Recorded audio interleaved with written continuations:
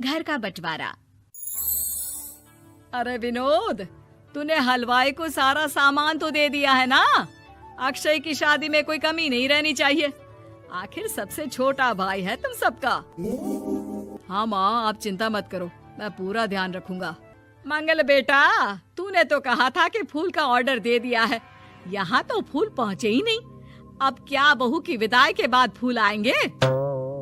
माँ, मैंने अभी बात की है फूल वाले से, वो रास्ते में ही है।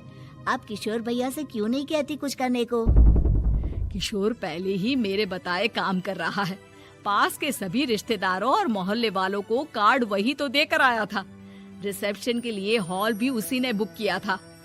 टेंट कुर्सी वालों को भी तो वही देख रहा है। पर कई मोहल्ले वाले तो हमारे भरे पूरे परिवार से जलते भी हैं। उन्हें बुलाने की क्या जरूरत थी? बेटा, शादी ब्याह में तो बुलाना ही पड़ता है, नहीं तो लोग क्या कहेंगे। दादी दादी देखो ना, हलवाई अंकल हमें लड्डू नहीं दे रहे, आप इनको डांटो ना।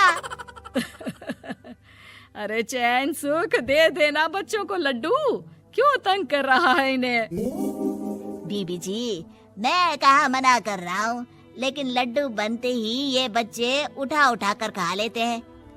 अरे मैं तो इन्हें थाल में रख के परोस भी नहीं पा रहा। भागो, अब कोल्ड ड्रिंक पीने चलते हैं। भागो भागो, अब कोल्ड ड्रिंक पीने चलते हैं। जैसे कि आप देख रहे हैं, आज इस घर के सबसे छोटे बेटे अक्षय की शादी है। घर में बहुत चहल पहल है। कुलभूषण की बीवी कमला को फुर्सत ही नहीं है कामों से, लेकिन कुलभूषण और घर के बाकी लोग कहाँ हैं? आइए देखते हैं।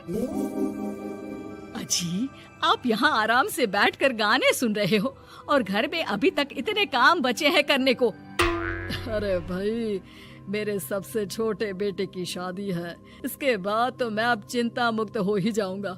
और फिर घर में तुम हो, बेटे बहुएं हैं, तुम लोगों के होते हुए मैं क्यों काम करूं? मैं तो शान से बेटे की शादी में जाऊंगा तैयार होकर। अरे ठीक है, अब आप आराम ही कीजिए। एक बार अभिषेक की बीवी आ जाए, फिर मैं भी आराम करूंगी और मेरी चारों बहुएं पूरे घर की जिम्मेदारियां संभाल लेगी। इतना कहकर कमला वापस अपने काम में लग जाती है। बेटा भी, तू अब तक तैयार नहीं हुआ? किससे बात कर रहा है फोन पर?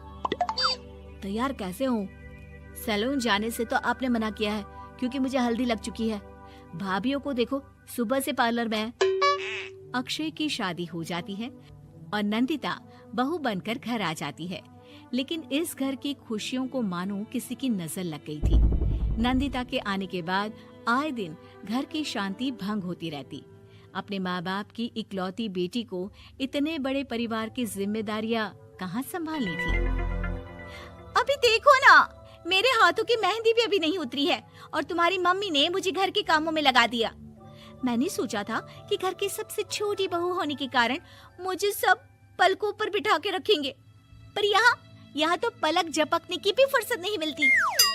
देखो नंदू, शादी के पहले ही मेरे घर वालों ने तुम्हें और तुम्हारे पेरेंट्स को बता दिया था कि मैं जॉइंट फैमिली में रहता हूँ, तो फिर अब ये शिकायत क्यों? और फिर तुमसे पहले मेरी भाभियां भी तो आई थी शादी करके, उन्होंने तो कभी कुछ नहीं कहा। नंदिता तब तो चुप हो जाती है, लेकिन ऐसा बहुत दिनों तक नहीं चलता। अरे नंदिता, माँ बाबूजी की दवाई का टाइम हो गया है, उन्हें दवाई दे आओ और उसके बाद सबके लिए नाश्ता बना देना। पर भाभी, मैं तो अभी अपना फेवरेट सीरियल देख रही हूँ। प्लीज मेरी जगह आप कर लो ना ये काम। ठीक है, मैं तेरी जगह माँ बाबूजी को दवाई दे आती हूँ और नाश्ता बना लेती हूँ। तू मेरी जगह पूरे घर की डस्टिंग करके 5 बच्चों को स्कूल के लिए तैयार करके भेज देना और दोपहर का खाना बनाने के बाद कपड़े धोकर सुखा देना। उसके बाद हम दोनों मिलकर बाजार जाकर सब्जी ले आएंगे, फिर डिनर की तैयारी कर लेंगे और उसके बाद बस भाभी, मैं माँ बाबूजी को दवाई देकर सबके लिए नाश्ता बना देती हूँ। हे भगवान, ये कहाँ लाकर फंसा दिया मुझे। मेरे घर में तो गिनती की 8 रोटियां और 2 सब्जी बनती थी और नाश्ता निपट जाता था। यहाँ तो